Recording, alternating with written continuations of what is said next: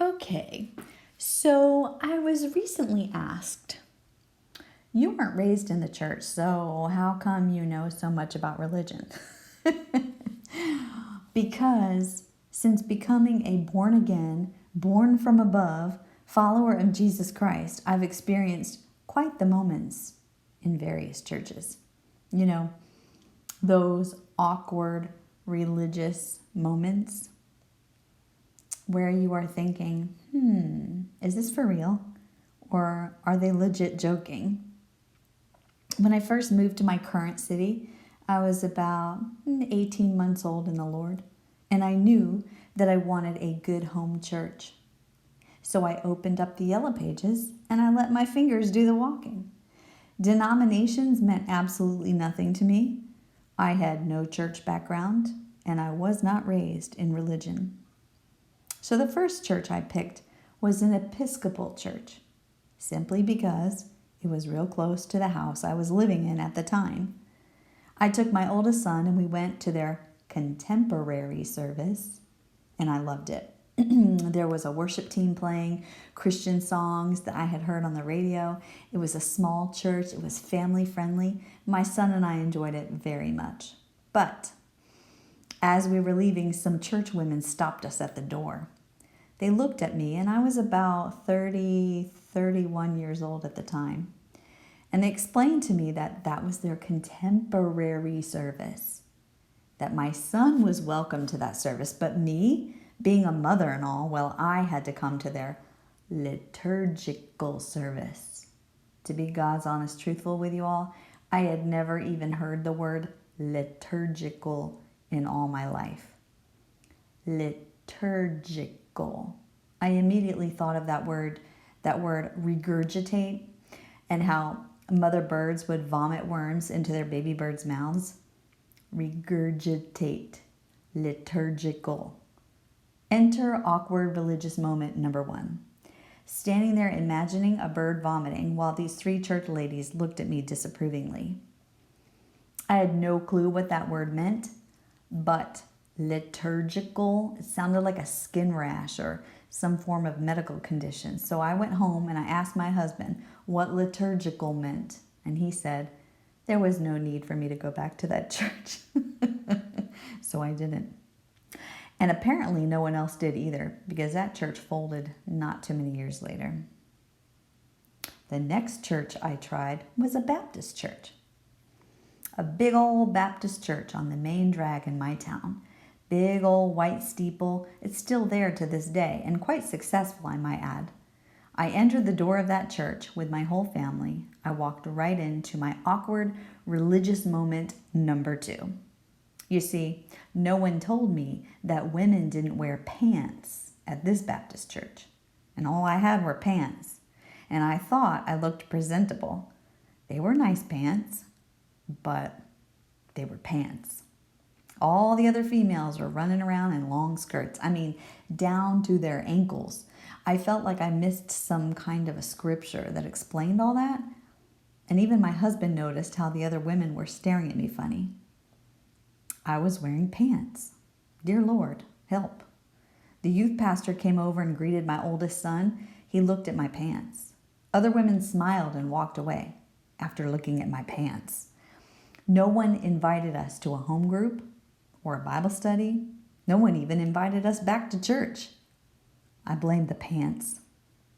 Some women took the whole skirt thing so far. You know what I'm talking about. You know, that homeschooling mom uniform, long, shapeless denim skirt all the way down to the tops of their shoes. The most unflattering look. I got excited for a hot minute thinking I had found somebody wearing jeans, but nope.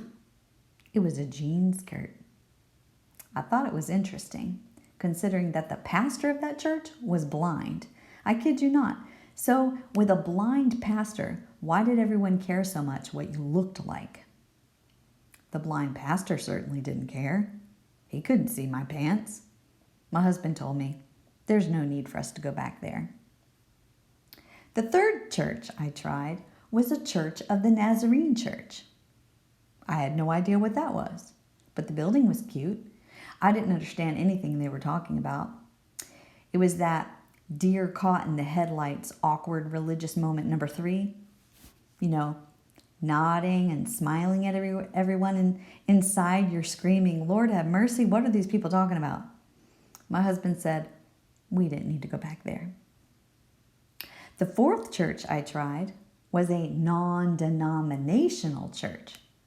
My awkward religious moment number 4 came when I entered the school auditorium and SpongeBob SquarePants was playing on the jumbo flat screen. Now, I'm as open-minded as the next guy, but I couldn't wrap my mind around an enormous SpongeBob SquarePants as part of the sermon. I was there to learn about God. I watched enough SpongeBob at home with my kids. My husband and I decided to give that church a few more chances, and we went there for a few weeks. The leadership even cornered us and got us to sign up for nursery duty, and I was really nervous about that, nursery duty. But as God would have it, I never had to serve in the nursery. I ended up joining an Alpha class that another church was hosting, and I was starting to grow like a weed in Alpha class. And the growth felt good, and we decided to stick with the church that offered the class. But I had to go back to the SpongeBob church in shame and let them know I was jumping ship. That was awkward religious moment number 5. Having to tell the SpongeBob church that I had found another church. But they were cool about it. And not long after, sexual immorality broke out in the SpongeBob church. And they had a big old church split. And that church no longer exists. So I landed at the Alpha church. It was a non-denominational, charismatic church. I was there 17 years. Our first Sunday at that church, the congregation was being told that the senior pastor was stepping down due to sexual immorality issues. That was our first Sunday there. That was definitely awkward religious moment number 6. I had just quit SpongeBob church, and here I am in a church where our very first Sunday, the moral failures of the senior pastor are being discussed with the congregation. God help the church. But for whatever reason, we stayed. I did learn a lot.